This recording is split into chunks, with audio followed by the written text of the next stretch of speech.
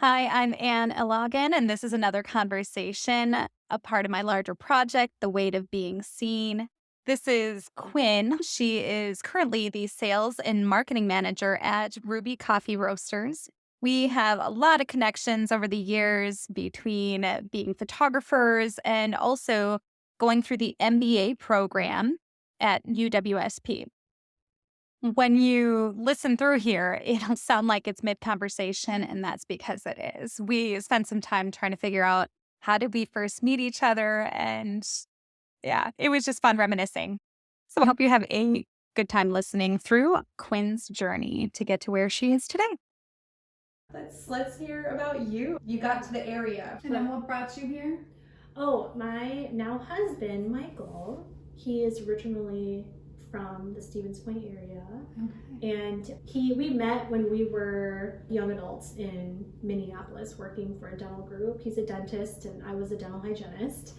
And he decided he was moving back to Stevens Point, and we didn't start dating till he actually moved back. So we knew each other beforehand, but didn't start dating till he moved away. Okay. So that's what brought me here.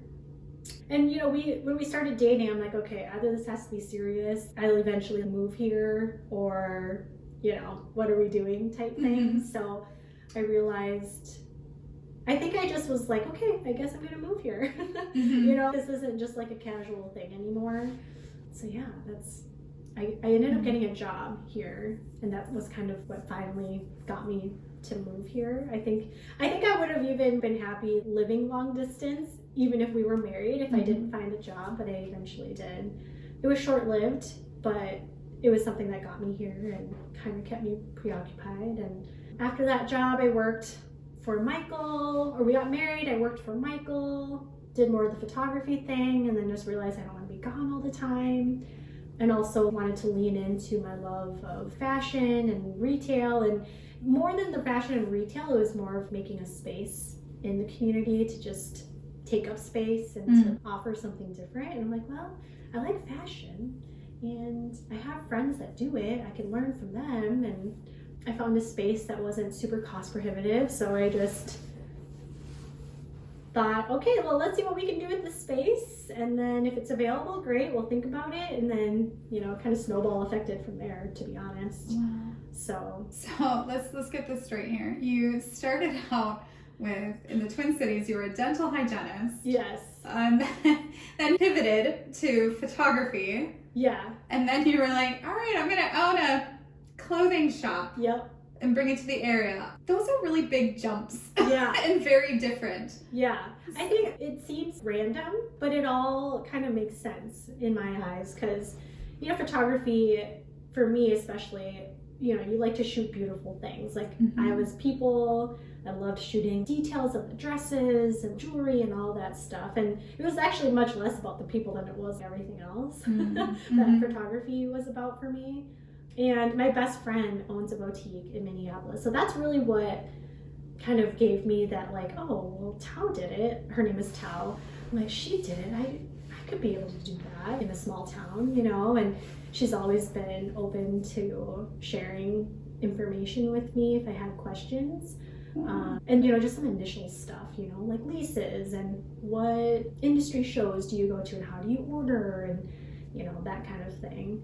So I was like, well, let's just try it, see what happens. Yeah, so that's how assembly came to be in 2016. And that's really how I think started becoming more involved in just where I lived and the people that were around, the shop, and how it introduced me to people and showed me the potential of what I could become in this kind of a community versus kind of just getting lost in the crowd in Minneapolis. You could really, it's weird to say, but you could really make an actual impact around here and influence people and, just get yourself out there a little bit easier than it was living in a bigger community, bigger area. Those are some pretty big commitments when you think about it. I mean, not huge as in you're buying a building and doing this, but signing the lease before you knew there were official customers and income coming in, and yeah. The idea of this, or the concept of which clothes are going to be well received to the community. Yeah, it's all a guessing game. Yeah, I think, like I said, the space that I found, it was so small it had a lot of potential, and it was cheap to get in. So, the overhead costs were going to be pretty minimal compared to what could potentially you could make in revenue. So I'm like, you know what?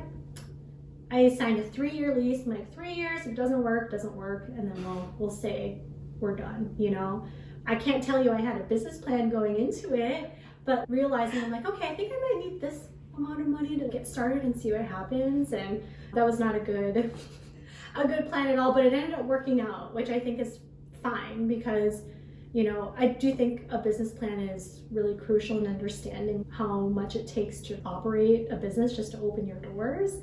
But as far as being able to predict anything else, a business plan isn't going to help you with anything. Right. And it's really how much work you're willing to put into it too. And I think just realizing I was ahead of the curve a little bit with social media and using my photography skills to appeal visually to people, I really think that, I kind of led the space there. And so I'm like, okay, I can milk this for a while. People will eventually catch on, but I can at least be that for this community and garner interest in the shop and get people here and, hopefully spend money with us. But yeah, that was kind of the journey. It was all just like, well, we'll see if I can get into that building. We'll see how we can fix it up. Or, it didn't really need fixing, but, A little zhuzhing. Yeah. Yeah. Polish a turd is what somebody told me. I said, well, yeah, you can polish a turd. So yeah, it was all a very big experiment. Wow. I think that's a really admirable quality. I'm just going to try it and see and throw myself out there, and you don't know until you try. Yeah. So it sounds that's how it went with you for the shop. Was that the same way with the photography half? Yeah. I think because I had a full-time job, so it was more of, I don't depend on this, right? Mm-hmm. And I was slowly able to rent equipment because my place of work was actually very close to a lens rental place. So I'm like, okay, I'll reach out to these connections and see if they, need somebody to second shoot for free. I was working for free, so of course, who's going to say no to that? And yeah, I was able to rent lenses and just kind of practice. And then again, the first wedding I booked was super cheap. I was Craigslist and I realized I can do this, Yeah. And yeah, that was just an experiment too. I like this enough, I don't know. And I still do photography, just in different capacities. So thinking about that, one more step back, you started as a dental hygienist. What was the thought process of going in there? So dental hygiene, I got there accidentally. I thought throughout high school, I thought I'm going to be a pharmacist because I ended up getting a job in a pharmacy. I don't even know why I wanted to get a job there. I worked, one of my first jobs outside of babysitting and outside of fast food was at a little drugstore called Drug Emporium. They do not exist anymore, but they were similar to Walgreens. Okay. And it sounds way cooler though, Drug Emporium. Yeah. I thought they had all kinds of stuff, but very similar to a Walgreens. And I was just a front cashier. So I remember the pharmacy crew was always in the back because the pharmacy was at the back. And I don't know, I was just fascinated with what was going on back there. And then a couple years after that job, I got a job at the Target pharmacy. So back in the day, Target used to have their own pharmacy, which is now CVS pharmacy inside Target's. But I think I was 16 or 17 when I got that job. I was still in high school. And I'm like, yeah, I'm gonna be a pharmacist. So after I left high school and went to college, I discovered myself and really just kind of leaned into new friends and kind of having a little bit more freedom to have fun and party too much and not concentrate at school, and just that structure was gone. So I just did poorly at school and realized quickly that I don't think I have what it takes to be a pharmacist. But I'm like, what else can I do? I always thought healthcare for sure. I don't know why. I was just like, I need to be in healthcare for whatever reason. And I think I may have gone to the dentist and talked to the hygienist and be like, do you like your job? What do you do? Teeth didn't freak me out. I was kind of fascinated by cleaning teeth because when I was a teenager and had braces, I just remember having a horrible cleaning experience. And it was painful, but also a lesson in that I needed to take care of my teeth. And they're like, if you don't do this, you're going to have to get your braces off and we're going to have to do work on you and all this stuff. I'm like, oh my God. So after that experience, I was very diligent about my oral health care. And so that's kind of what maybe where that sparked a little bit. But I realized you can make a good living being a dental hygienist. So let's look into dental hygiene school. And again, realizing I didn't have good enough grades to get into the University of Minnesota's dental hygiene school, which is where I was in undergrad. I'm like, I could do a tech school. And it seemed a little easier to get in there, which it was. And also I was just doing so poorly at the university, just skipping class. And when I would go to class, then I wasn't studying, so I would fail tests and just do horribly. And I knew once I got accepted into hygiene school at a tech school, I'm like, okay, I'm done. I'm already accepted, let's just go. So eventually, I think 2013 or 2014, no, sorry, 2004, 2014. 2004, I went to hygiene school and then graduated in 2006. And yeah, that's kind of how I got hired right out of school at that time and started working part-time for another dental group practice, which is where I met my husband.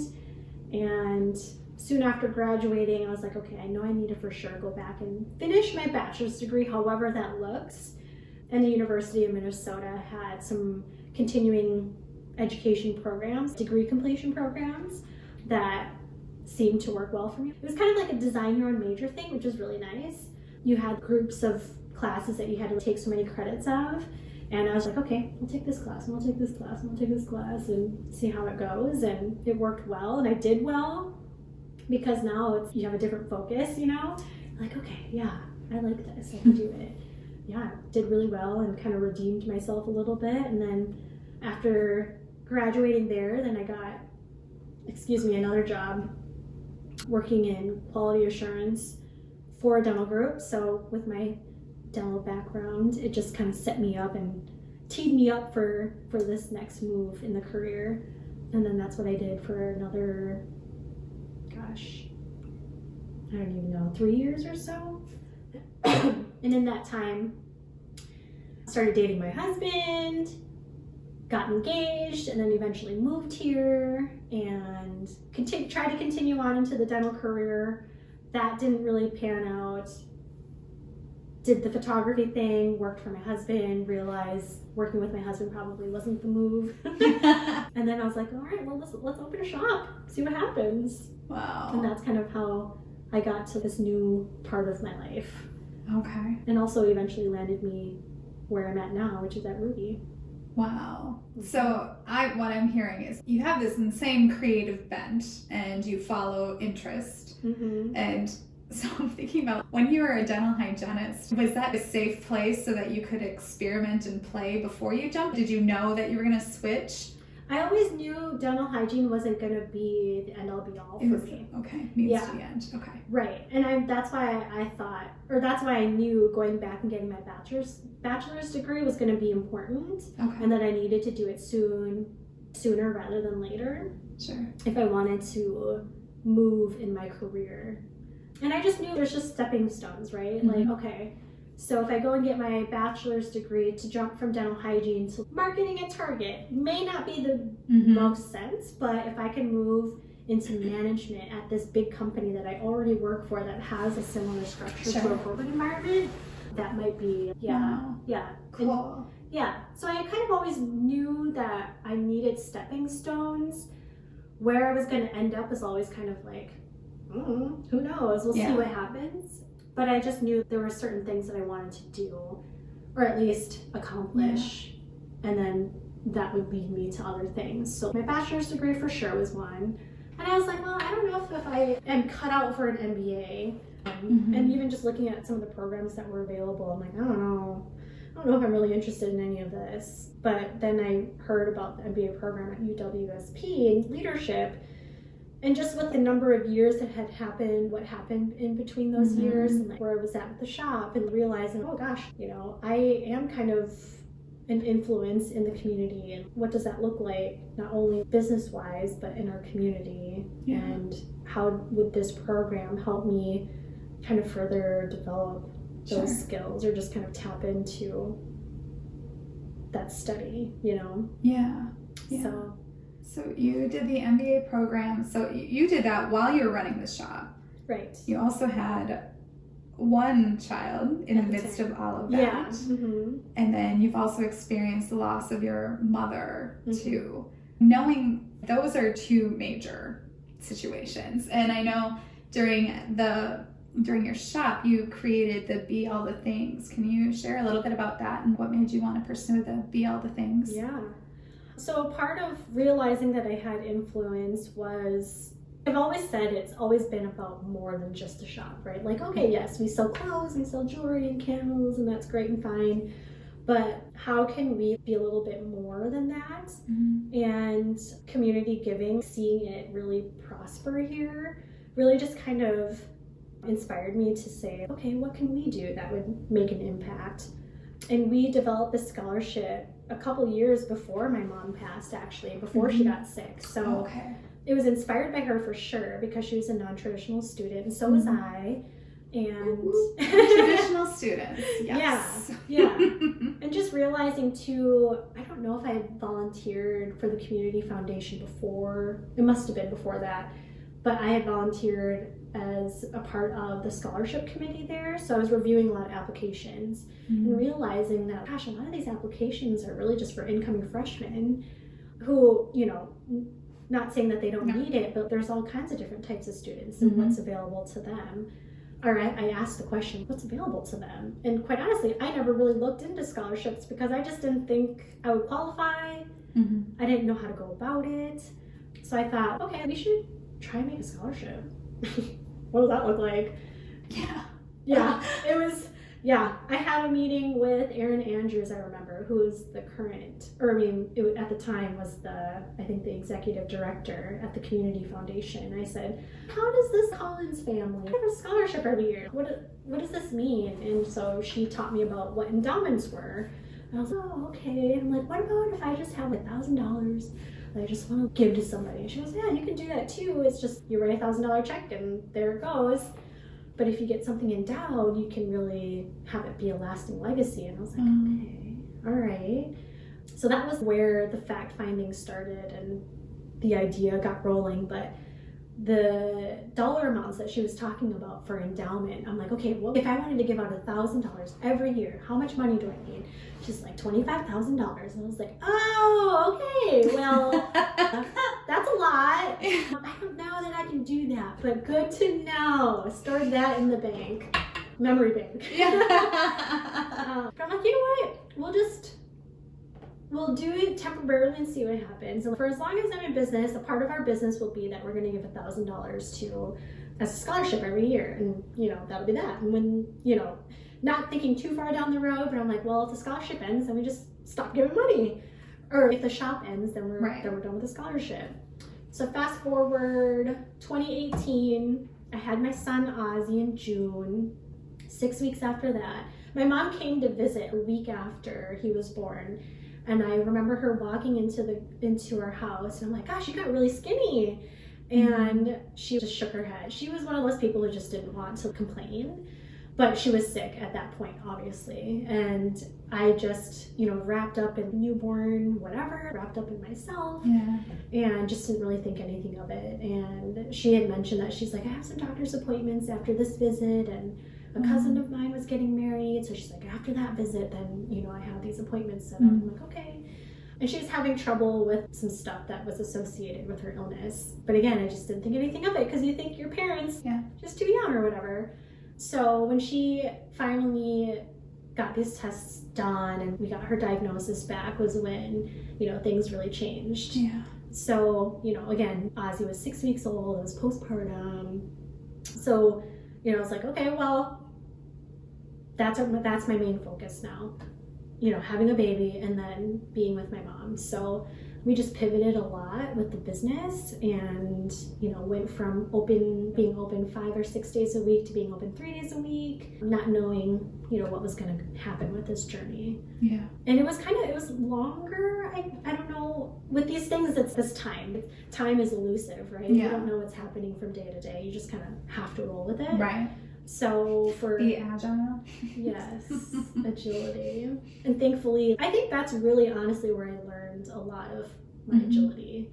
I was agile before that, but when it's just you that you're kind of taken care of, to me it's easier. You don't have a lot of responsibilities. But now that you have a spouse and you have a child and a business, I think there's a lot more things that you have to think of, obviously.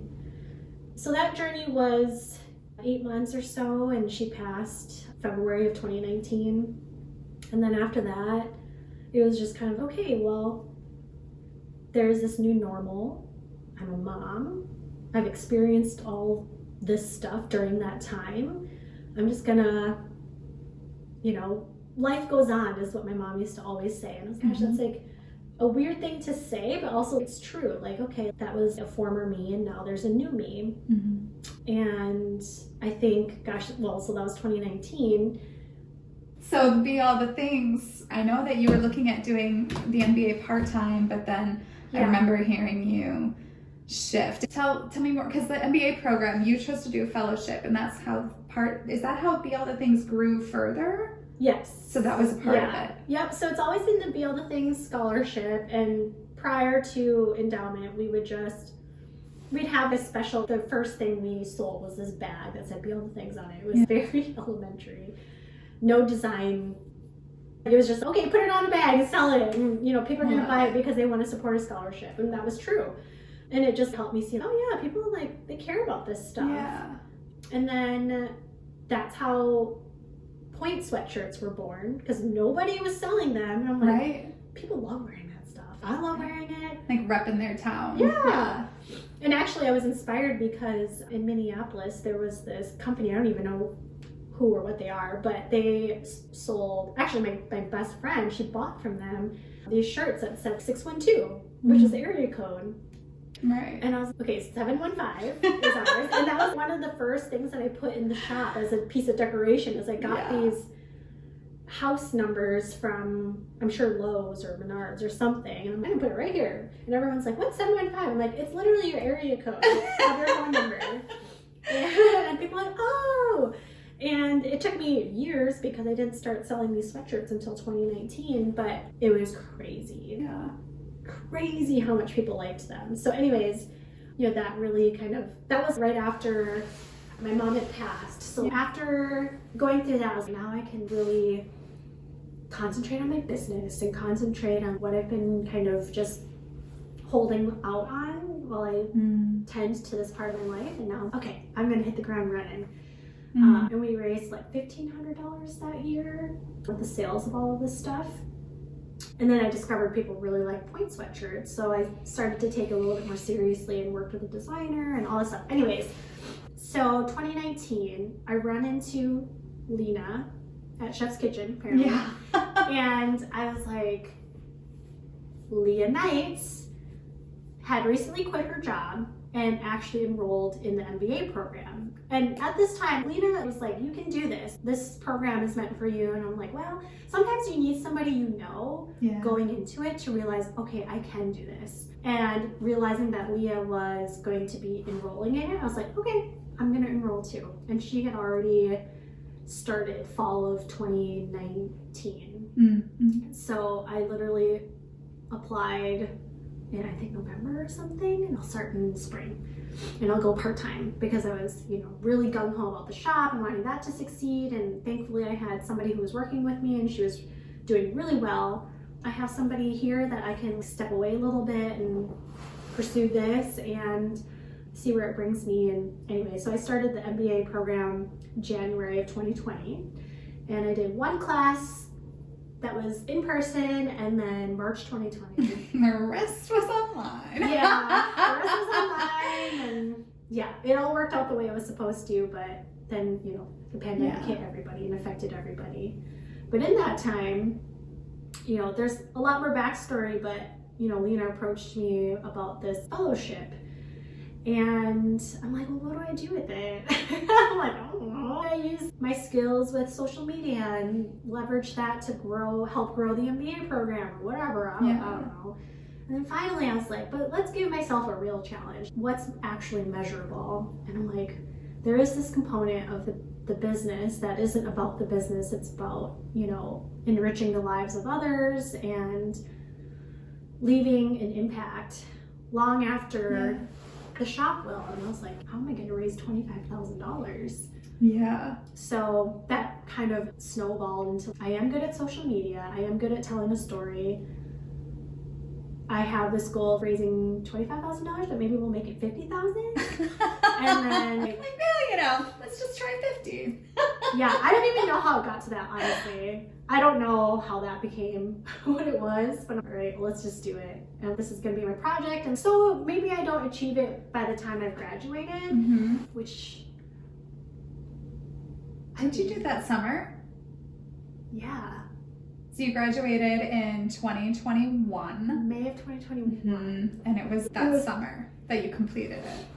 Yeah, into the fall. But you did it. Yeah. And so you had this idea that you wanted to really invest up to whatever point that it was putting into the community, and then you made it go bigger through the encouragement of the MBA program and what you were learning in there, and to go after this crazy goal. Yeah, and see if it could work, you know, see if the investment from the MBA program. Experiment. Yeah.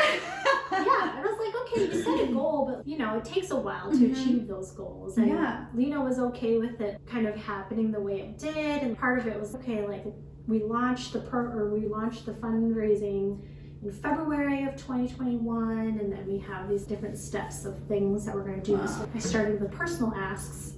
I was like, okay, once I get up to $12,500 just from personal asks, then we'll do our public launch. And I don't remember when we launched our video that we did with 1,000 Lumens, but it was soon after that we were able to meet our goal and really exceed the goal.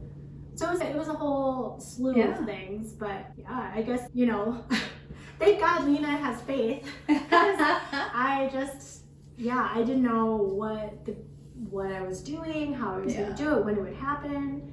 But, you know, okay, well, we're going to say our goal is $50,000. And I think once people see that, like, okay, $50,000, all right, we're going to do that. And bringing people along on the journey occasionally, and having this little thing that we made on Canva. Yeah. Okay, here's our little thermometer of how close we are getting to this goal. That's just amazing. Yeah. You just did it one step at a time. You knew there was a goal, but you kind of let that go. And then this is the next step. Yeah. I have certain things that I know I want to do, but how that all plays out, maybe we just kind of roll with it, you know? Yeah. And then, That's huge. That's agility. Yeah. Pamela Meyer. Yeah. Yes. And so then, okay, so you completed that. You completed the degree, rocked the fellowship, which is just a larger project that connects with the community. And then you had a whole nother year where you were with your shop. And then you had another child in the midst of that. Yeah. And then you realized, you're like, all right, the shop. Yes. Tell us about that ending process, and then I want to hear, how did you transition into your new role of what you're doing with the new company? So I want to hear that piece. Okay, so graduated with my MBA, got pregnant, I'm trying to count 9 months, summer of 2021. And then, you know, kind of tried to prepare for what life with a second baby would look like. I had a really good team again at the shop, and it was just Nathaniel and I, and, you know, still kind of random COVID hours. We weren't operating full capacity, and he was still in school, so it was fine. I had my baby in March, and then Nathaniel said, okay, well, I'm actually gonna quit. So I was like, oh, great. That means I'm coming back to work. And I didn't have childcare, still don't have childcare. We have a nanny now, but I was hoping to get her into a center and all these different pieces when you have children. But so I think in this time, there's something more for me. I don't know what it is, but I do know that the shop is ending at some point. I just don't know when. I don't know when the right time is. And when I was kind of forced to go back to work and realizing, like, yeah, I think I don't want to do this anymore, then I made that decision. We're moving forward. There's no plan except that we're going to close at the end of the year. Whatever happens in between now and then is what happens. Let's lay the groundwork. What is this going to look like as we approach the end? So, you know, I have Gwyneth, my new baby, I have Ozzy, and I'm like, all right, we're just gonna coast, just see what happens, sell what we have, do what we do. In the summer, I'd already let my landlord know. I still didn't have like an execution plan as far as how we were gonna close, but Ruby Roasters sends out an email saying, oh, we have a sales position that's opening, or open. I was like, oh, interesting, sales. I really like Ruby. I knew Jared and his wife, and we'd done collaborations together for the scholarship in the past. And I'm just gonna send out an email, like just respond to be like, what's this all about? And that was the beginning. I emailed them and I said, this isn't for public knowledge, but if you're still looking in the new year, which I didn't think so, but if you're still looking in January, February, let me know. And so they're like, let's talk. I'm like, okay. So we meet and I tell them of my plan to close the shop. I feel like I've accomplished a lot with having endowed the scholarship, and I think I'm ready to move on. And it was really nice because I've never really done sales, but I think with like what I do with the business, it kind of... You did sales. Yeah. You had like, a store. Sales in that capacity. And you sold yourself as a photographer, and yeah. you do sales all the time. Yeah. But I've done these things, I think Right. it kind of aligns. But they were really interested in knowing what my interest was, like, in what parts of the business. And so, yeah, we just began the conversation. And then from there, I was offered a job to start in the new year. And I was like, all right, let's do it. And it helped to have that kind of light at the end of the tunnel, but I was more than happy to not. Sure. It just kind of worked out that way. Wow. But yeah, then I set the wheels in motion to have this communication plan for announcing that we were closing, and also a time plan of we'll have this whole month to get rid of stuff or sell stuff off. And yeah, the response was awesome, and we were closed within 2 weeks, at least to the public. So Wow. yeah, Yeah. it was And then you rolled right in to the new position, a new experiment. a new experience. Yes, yeah. So technically, I'm the sales and marketing manager at Ruby Roasters, which is super fun. It's fun. I'm learning and still have so much to learn, but they have a lot of faith in me, which is nice. It also makes me really nervous. But yeah, that's kind of how I rolled into things, and just, I mean, using a lot of what I've been doing and applying it in new ways. Yeah. And I think there's something to be said for working with at somebody else's company, and you know, for them, you know, like, you realize you like it when you want to make them money. You know, you're like, you're kind of in the right place where, I mean, obviously it's beneficial for everybody involved because there are other people that are employed there, and it's important that the company does well, but it's just from a different lens now, you know? Yeah. So. Wow. Yeah. That's amazing. So what are you most excited about at this new, the beginning of this new experiment? What do you... I'm excited to help grow the company. I think it has a lot of potential. I think we also are very unique in that specialty coffee world, which I'm still getting to know. I think Jared, he's just a very interesting person, and I think that his knowledge base is so different than a lot of other founders out there. And the specialty coffee community is its own thing, right? And I'm still learning about that, but realizing how important Ruby is in that community and how big they really are. I think I'll see that. I'm continuing to see that a lot more. And it's like opening my eyes to things, but I really just want to hone in on my skills and be able to say, I work for this size of company and I run this, you know, and here are the success measures of that. And just see, again, how much I can help the business grow with me there. Again, all just an experiment. Okay, let's see what happens. That's so fun. So I'm thinking about, a lot of people are ran by core values. Out of all of this, what do you feel is a core value that you see your own thread from your eyes? I don't know if it's a value, but I appreciate flexibility and being able to share what I love doing with others, but also be able to be home and present with my family and spend time with them and not be working all the time. I want to just enjoy what I'm doing. And I want to impact the community still. not by forward facing things that I do, but kind of behind the scenes. And yeah, I guess I don't know if that's a core value. I just want to enjoy what I do and work for good people and do things that in my eyes kind of matter to the world, and just produce good work and have whomever I'm working for, even if it's, like working for myself, be proud of that work and have fun and enjoy doing stuff, and also kind of wrap my family into it too. Ozzy's he's so matter of fact. We don't even actually really drive by the shop anymore, just directionally. But now he's like, oh yeah, you work at Ruby. And he grew up in the shop up until he was 4. And so seeing him kind of just make the delineation of, oh, no more shop, so easily, I'm like, yeah, no more shop, it's fine. I want him to see, or both the kids to see, that work isn't just about a paycheck. It's about enjoying what you do and working with others and producing something good to contribute to the world. But that it does take sacrifice, but it's also can be fun, and that it's important no matter what you're doing, whether you're working in the home for your family or working at a company. So I don't know, that's not really a core value. Well, I'm hearing community. You value connection. Yeah. And you value variety. Yes. And creativity is a big thread that I've heard, from photography to fashion, just making things beautiful for people and using that to connect community and stories and helping other people grow bigger. Yeah. Which you've also done through the endowment and See, you can tell. Yes. Thanks, Lena. Or thanks, Anna. I called you Lena. But that's what I'm hearing, and that's exactly why I wanted to have you showcased, because that's so amazing to do that. Something that's so inspiring to me is you're like, I'm just going to experiment with it. I'm not going to know the whole thing. I have a general picture. Yeah.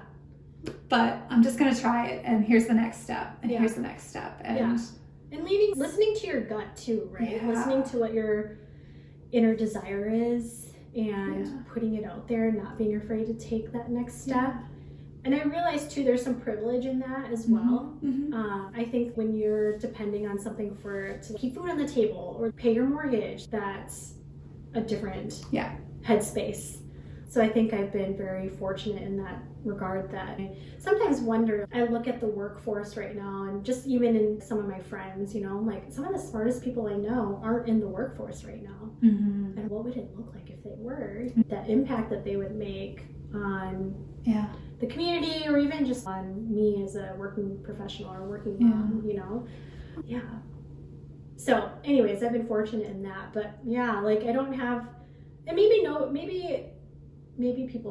most people don't, like they have a general goal and they're like, okay, that's what you have to do, right? You can't navigate your whole life and know what's coming ahead. Right. And some people have more specific goals than others. Yes. I never really have something super specific. Yeah. Like, this interests me now. I can see myself doing this for a while. Yeah.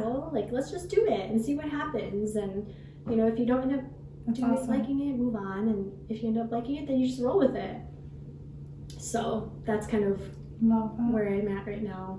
That's so good.